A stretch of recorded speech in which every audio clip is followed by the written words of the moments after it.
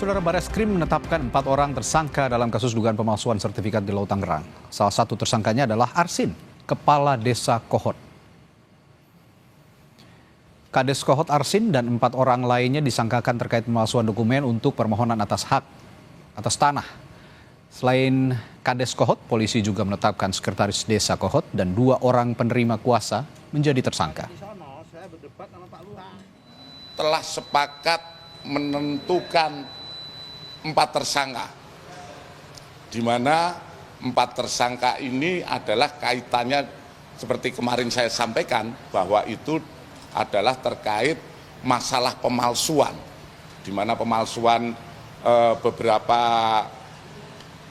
surat dokumen untuk permohonan atas hak atas tanah, di mana kita menetapkan Saudara A selaku Kades Kohot, Saudara UK selaku Sekdes Kohot, Saudara SP selaku penerima kuasa, dan Saudara CE selaku penerima kuasa telah kita sepakat kita tetapkan sebagai tersangka.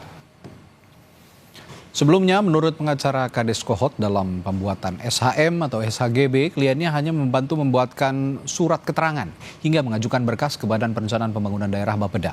Namun, Yunihar bilang ada pihak ketiga yang mendorong penandatanganan penerbitan surat-surat tanpa penjelasan yang lengkap. Tentu ini karena pihak ketiga lah yang kemudian mendorong, membuat, kemudian meminta menandatangani tanpa kemudian menjelaskan secara utuh hal-hal yang apa ditandatangani tersebut. Akibatnya terjadilah kemudian penerbitan SHM dan SHGB. Dalam proses SHM, klien kami hingga saat ini tidak mengetahui dan tidak pernah melihat sertifikat itu ada di mana. Perkembangan teraktual penyidikan kasus dugaan pemalsuan dokumen untuk pagar laut di Tangerang, Banten dilaporkan jurnalis Kompas TV Rahma Piliang, juru kamera Bondan Wicaksono dari Bareskrim Polri. Rahma, dari 4 tersangka, salah satunya Kades Kohot, apa sudah dilakukan penahanan sekarang?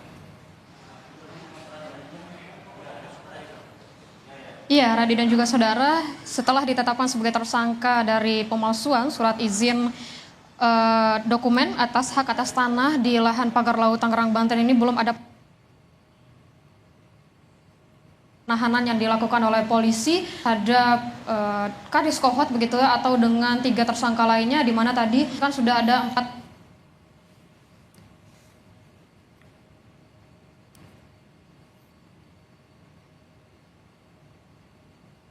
Ya.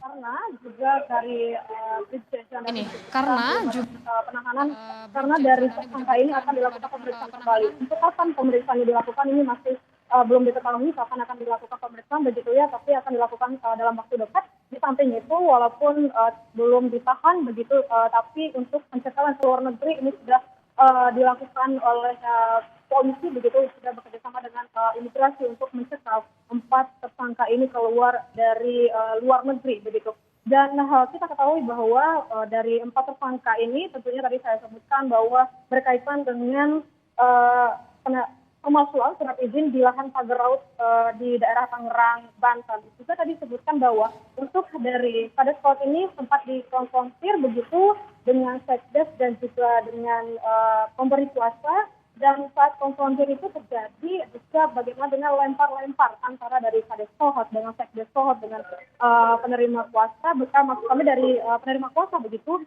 dari siapakah uangnya, kepada siapakah uangnya begitu, dan juga bagaimana dengan uang yang sudah diterima dari Kades Kohot ini, yang dimana kita ketahui bahwa untuk dari pemalsuan surat izin ini sudah dilakukan dari tahun 2023, tepatnya dari Desember 2023 hingga November 2024. Terkait dengan uang yang sudah diterima, begitu yang kita ketahui juga untuk TPPU-nya akan dikembangkan begitu ya dari polisi, apakah nanti akan ada tersangka baru ataukah ada pidana baru begitu terkait dengan TPPU ini akan juga dikembangkan oleh pihak kepolisian, serta dengan bagaimana dengan total kerugian dan juga total penerimaan yang diterima begitu dari Kades Kohot dan juga 3 tersangka lainnya, ini juga masih dilakukan pendalaman Tiga oleh tersangka lainnya polisi. ini begitu, juga masih Radit. dilakukan pendalaman oleh polisi begitu Radi dan juga saudara. Selain itu pun kalau kita melihat kembali begitu saat dari Kades Kot ini dan juga beberapa tersangka ini juga sudah diperiksa begitu dan juga sudah dilakukannya penggeledahan di kantor Kades, di kantor Sekdes Kohot, di mana untuk alat bukti yang sudah diambil adalah satu buah printer, satu unit layar monitor dan keyboard, dan juga stempel sekretariat desa Kohot, yang dimana alat ini diduga digunakan untuk memalsukan surat izin SHGB di lahan pagar laut Tangerang, Banten. Dan juga ada juga ditemukan kertas-kertas yang diduga juga sebagai bahan pembuat surat yang diterbitkan dari sekretariat desa Kohot begitu Radi dan juga saudara. Dan hingga saat ini memang untuk tersangka ini belum ditahan tapi sudah dicekal ke luar negeri, tidak boleh ke luar negeri begitu ya, dan akan dilakukan pemeriksaan terhadap 4 tersangka ini. Pemeriksaannya sekarang sudah dinaikkan, maksudnya sudah dalam kapasitas tersangka bukan saksi lagi. Dan tadi juga sempat ditekankan untuk dari 2 tersangka yaitu penerima kuasa ini bukanlah dari Kementerian ATR BPN, namun juga disebutkan bahwa penerima kuasa ini adalah penerima kuasa dari pemohon begitu. Dan kita masih menunggu bagaimana dengan pendalaman kasusnya begitu Radi dan juga saudara. Hingga saat ini sudah ada 4 tersangka yang ditetapkan dari pemalsuan surat izin di lahan pagar laut Tangerang, Banten. Radi. Oke, lalu informasinya pasal apa saja yang menjerat para tersangka dan apakah ada dugaan suap juga di dalamnya?